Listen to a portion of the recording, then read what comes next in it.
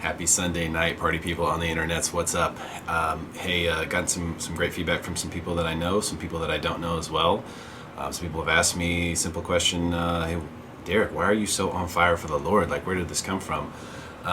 Tremendous amount of research. So tonight I tackle the big one, which is the resurrection of Jesus. Now, when I first started studying the Bible and studying Christianity, I didn't think there was any way that you could possibly prove something like this. And the reality is you can't prove 100% that the resurrection did happen. You can't prove that 100% that it did not happen. So this is where we will apply something called abductive reasoning, which is essentially you take the facts that exist and you apply those to the situation to come up with the most likely answer, or the situation that creates the least deficiencies when it comes to what's most likely true. I'm going to give you the smoking gun first, in case you want this to be quick. If you're looking for the quick and dirty answer here, I'll give that to you first. And then if you would like more details, I have a lot more details for you as well that I can give you. So the resurrection is important, as Paul put in 1 Corinthians. He said very plainly that if Christ has not been raised, this is 1 Corinthians 15:14, and if Christ has not been raised, then our preaching is in vain and your faith is in vain. So even Paul has said, listen, if the resurrection didn't happen, this is all just nothing. Now, Paul is someone who is really important. He is, in fact, the smoking gun. The smoking gun in the case for the resurrection of Jesus is the Apostle Paul. Now, for those of you who don't know much about the Apostle Paul, he wrote 2/3 of the New Testament. So he is the most documented apostle. We know more about him than we do anywhere else. And in fact, even people who are anti-Christian, which we'll get to a lot of anti-Christian, anti-biblical evidence later, if you want to stick around for those details. He was a Pharisee. He was raised and had the equivalent education of like a Yale or a Harvard or an Ivy League education in the traditional Jewish faith, and had made his way up to becoming one of the Pharisees. In fact, he was one of the most evangelical Pharisees out there. He persecuted Christians. He murdered Christians because he was so into his faith. Now, he was on the road, headed to do just that, on the road to Damascus, when the risen Jesus intercepted him. So this is after Jesus had been crucified. Paul was intercepted by Jesus on the road to Damascus to persecute Christians, and he was blinded by Christ. Jesus blinded him and took away his sight and said, Paul, why are you doing this to me? Why are you doing this to my people? And he took away his sight for a period of time, and then he gave it back to him. He gave it back to him because he knew that Paul, now knowing the truth, will become a great evangelist for him. And there is no greater evangelist in the history of Christianity than there is Paul. Now, if Paul is willing to even put in writing and say to the church in Corinth that if the resurrection is not true, this is all in vain, we have to ask ourselves, why would someone offer that if it weren't true? Why would someone say, listen, if what I'm telling you isn't true, then everything I've done is not true. All the persecution I've been through, because remember, Paul was formerly known as Saul of Tarsus when he committed his crimes before he became a Christian. He had to go back against everything that he had built, his entire career, everything that he had made for himself, the name he had made for himself, all these people who had loved him and thought he was the man, and they were making him amazing in their world. He had to go back to them and tell them, no, guys, we were wrong. This is what he did. He went back to those people and said, no, we were wrong. Jesus is the Messiah. I saw him. He came to me. He blinded me. Then he gave me my sight back. And of course, they didn't believe him. Now, Paul was just so enthralled with the fact that he knew the truth that he became an evangelist anyway for Jesus. He knew the truth now. He knew that Jesus had defeated death, and that if he wanted any chance to be with God in the afterlife, he would have to follow his commands. Therefore, he did so, and he did so with great earnest and with a tremendous amount of conviction. So the smoking gun here is just simply the life, a very well documented life of the Apostle Paul. Unfortunately, he was martyred. His head was cut off. And I'll get to some of that stuff with some of the other apostles here in a second. But if we wanted to just take a look at what happened to Paul, now keep in mind, 2/3 of the New Testament was written by Paul. So there's an important underlying message that Jesus has left us there that we shouldn't miss. And that is that everyone is welcome. If someone who had previously persecuted, murdered Christians is now made an evangelist for Christianity and accepted by Jesus, then that means everyone's welcome. That is the underlying message that Jesus is telling us with the life and the evangelism of the Apostle Paul. All are welcome. If you repent, if you follow me, if you do as I've instructed, everyone's welcome. There's a room, I'll make a room for everyone. So the Apostle Paul is the smoking gun for the resurrection. But one thing that drives me crazy when I listen to things, and you can YouTube this, and you can get a bunch of people when they say evidence for the resurrection and all this stuff, and they're using the Bible. However, if we want to do this logically and we want to do this correctly, you cannot use the Bible to prove that the Bible is correct. If you're going to actually use logic, then you cannot use the Bible to say the Bible is true. That is what's called logically fallacious. You can't do it. It's a fallacy. And so what I'm going to do here is I'm going to give you evidence from non-biblical, in fact, anti-Christian establishments, stuff that is considered to be actual history, that will put together brick by brick the pieces that will ultimately lead us to what is the most obvious conclusion. And it is really, really simple and straightforward, and there's really no other explanation. So let's just look. Well, the only thing we're going to use the Bible for is we're going to use it for the disciples' claim. So we're going to take the Bible as the disciples' claim. They are claiming that they've seen the risen Jesus. So you can see that Matthew 28:16, Mark 16:14, Luke 24:36, and John 21:1. You will see there all the claims that have been made by the disciples, not including Paul, that they saw the risen Jesus. Now, so the big question is this true or is it not true? And that's what we have to find out. So let's look at the undeniable facts, now that we know what the apostles' claims are. The undeniable facts. Jesus was a real person. We have to start there. Was Jesus a real person? Did he actually walk the earth? And the answer is absolutely yes. So Josephus, who is a first century Jewish historian, in fact, very anti-Christian. He only wrote about Christians 3 times in all of his works in the Antiquities of the Jews, which is what the title of it was. And he confirms that Jesus was a wise man. In fact, Josephus wrote this. At this time, and he's referring to the period of time that Jesus was alive, said there was a wise man who was called Jesus. Now keep in mind, this is a Jewish historian, anti-Christian. There was a wise man who was called Jesus. His conduct was good, and he was known to be virtuous. And many people from among the Jews and the other nations became his disciples. Pontius Pilate, condemned him to be crucified and to die.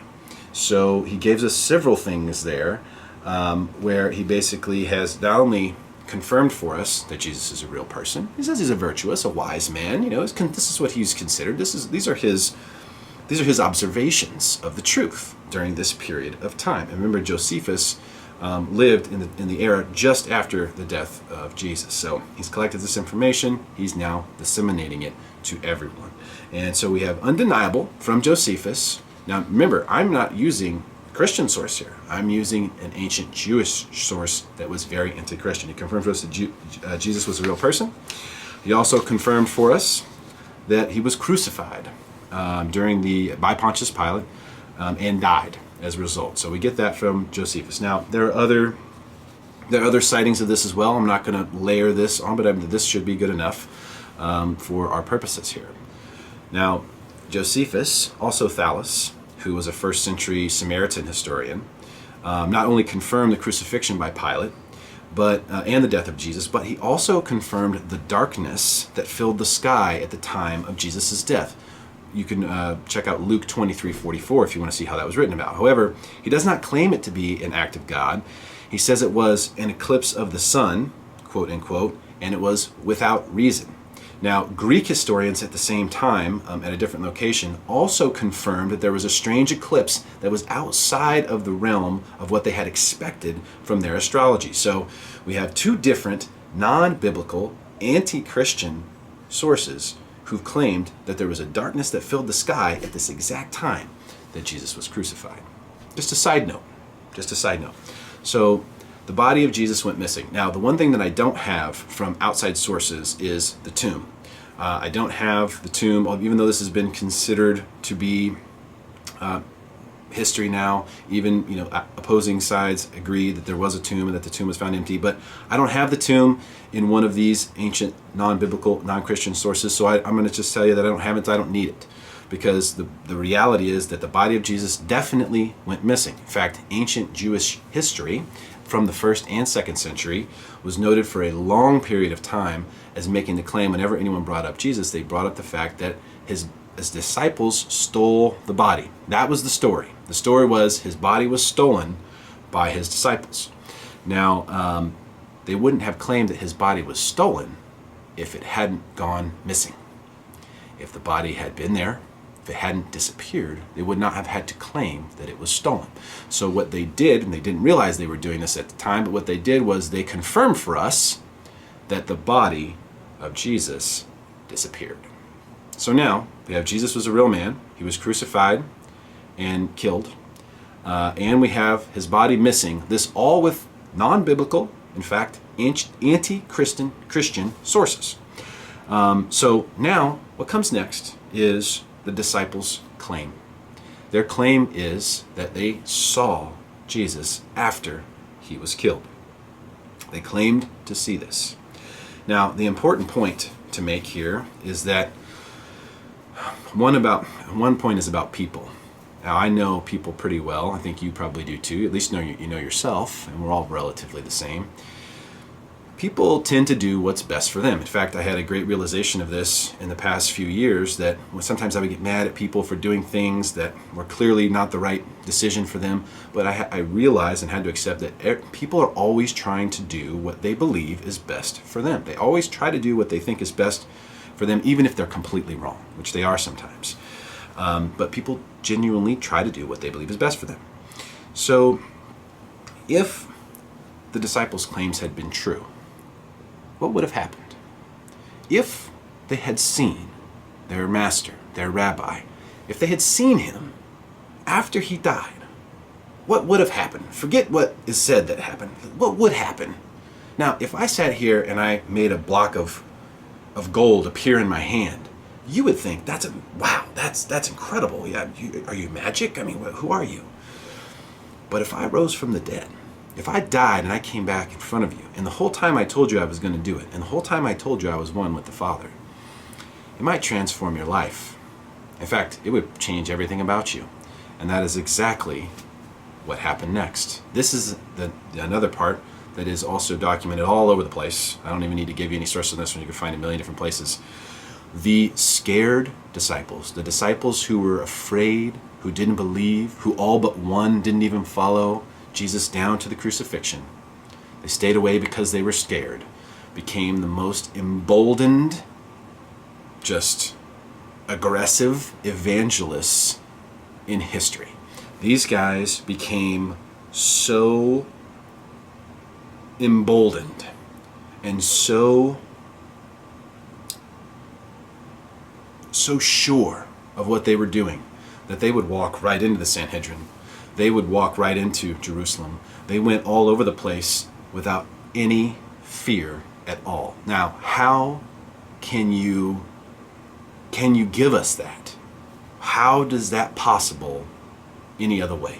What is another explanation that would give them that, knowing that they would be persecuted, knowing that they would likely be tortured, knowing for sure that they would be killed, but likely tortured and die terrible deaths? What could possibly have happened that would have changed them so quickly? Then they're telling the truth. What's the better alternative? Them lying doesn't make any sense. Why would you lie about something that you knew wasn't true and then go die for it? Why would you die for a lie? Who would do that? Everyone watching this right now, including myself, has lied. Why do we lie?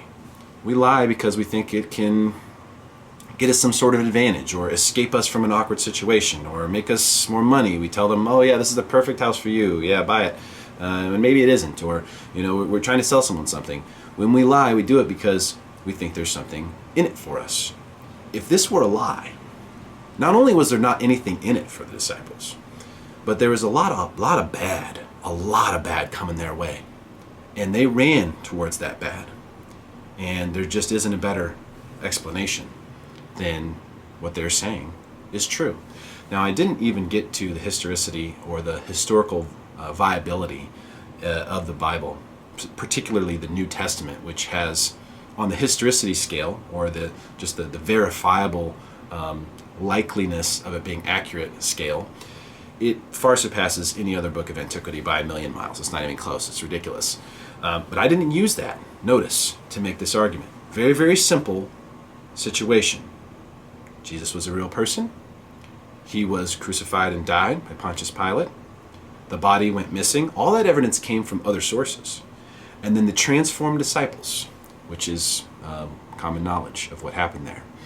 And not only did these men know that they were going to be in for a really, really, really tough existence, but they were all brutally murdered.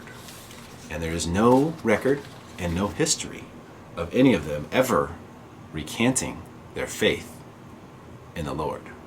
Now, you tell me, someone please give me a better explanation for what happened other than these men were just telling the truth. Because Paul was beheaded in Rome. Peter was crucified in Rome upside down. Peter said, "Do not crucify me straight up. I do not deserve to die the same way the Lord did. Crucified me upside down." Andrew was crucified in Greece. Thomas was executed by 4 spearing soldiers in Syria. Philip was cruelly put to death in Asia Minor.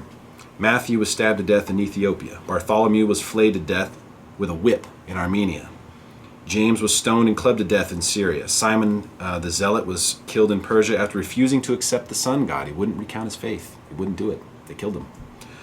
Why would he do that if he wasn't 100% sure what he had seen? Remember, this is over a long period of time. Like I said, if I made a bar of gold appear in front of you right here, you might be like, "Wow, that's amazing." But would you die if I died? Would you, if they crucified me, would you follow me? Say, "I can make gold appear." No. But if I proved to you that I defeated death, if I proved to you that there was something more than the physical world, if I proved to you that dying here wasn't the end, maybe that is it. There isn't a better explanation. Matthias, who replaced Judas, was stoned and then beheaded in Jerusalem. Simon the Zealot was killed in Persia after refusing the sun god. And John, interestingly enough, is the only one who actually died of natural causes in exile. He died in exile, so it wasn't like great or anything. Interestingly, he was the one who was present when Jesus was crucified. The only disciple that I can find that was confirmed in the Bible as being at the crucifixion. So I don't know if that is a coincidence or if that is Jesus showing the mercy that he can always show whenever he feels it. So the only thing that makes sense, any sense at all, given the set of facts that the gospel writers were giving their eyewitness testimony to actual events that took place, they were telling the truth, because there literally isn't any other situation, there isn't any other scenario that makes any sense. It just doesn't. And I can walk you through the facts from non-biblical, anti-Christian sources, and there's a whole bunch of them. And this is why the hashtag, the Bible is true, and I can prove it to you, because if the resurrection is true, then it's all true. It means that Jesus defeated death. He conquered death. And you can too. He told you can. He said that you can. You just have to listen to him. So keep in mind, we did not use the Bible to validate the Bible here. That is very, very important. Because if you're a skeptic like me, I spent 25 years looking for the answers. And I got sick of looking for answers in the Bible and constantly hearing people say, well, the Bible says this, therefore the Bible is true. You can't do that. Not in logic. In logic, you have to use, you can't say the Bible makes the Bible true. So I did not use any biblical sources here. I used anti-Christian, anti-biblical sources to give you the facts. And the only thing that you have to use your own logical discernment on is what in the world would have caused the disciples to run to their certain horrifying deaths after they had been such cowards their entire lives. Then they had seen that their master had done what he said he would do. He defeated death. He rose from the dead. He showed himself to them, and it changed their lives. Now, if you saw something incredible, it would change your life too. This happens to people, sometimes in a negative way, trauma, or you see, some people have seen miracles. Some people have seen things. It changes your life. This event changed their life. When they saw the risen Jesus, it changed everything for them. And their actions prove it. Lip service, talk is cheap, right? Actions speak louder than words, and their actions were fearless. After the risen Christ, the disciples' actions were those of men who were absolutely fearless. And don't forget Paul, the smoking gun. This guy who transformed his life, who had a great career as a Pharisee and as a high priest in the Sanhedrin, who gave that up completely. And in fact, faced persecution his entire life. He was in prison, sleeping outside. I mean, just had a horrible life. But this is the guy who had persecuted Christians, who had killed Christians, who the risen Jesus visited on the road to Damascus and changed his life completely around. Did a 180 for Paul. He is the smoking gun, and there's a lot more here as well. Now, the reason that I wanted to bring this up is because I know a lot of people have been asking me questions about where does this intense faith come from? It comes from looking into it. Guys, if the resurrection is true, and I'm telling you it is, that means that God came to this earth, spoke, and his words are written down. And most likely, these words are in your house. Think about that for a second. The words, the message of God is in your house. And I just hope that this will help you realize that and maybe pay more attention to it than you even already are, because the Bible is true, and hopefully this will prove it to you. Thanks for tuning in. I appreciate your time. Everybody have a great night.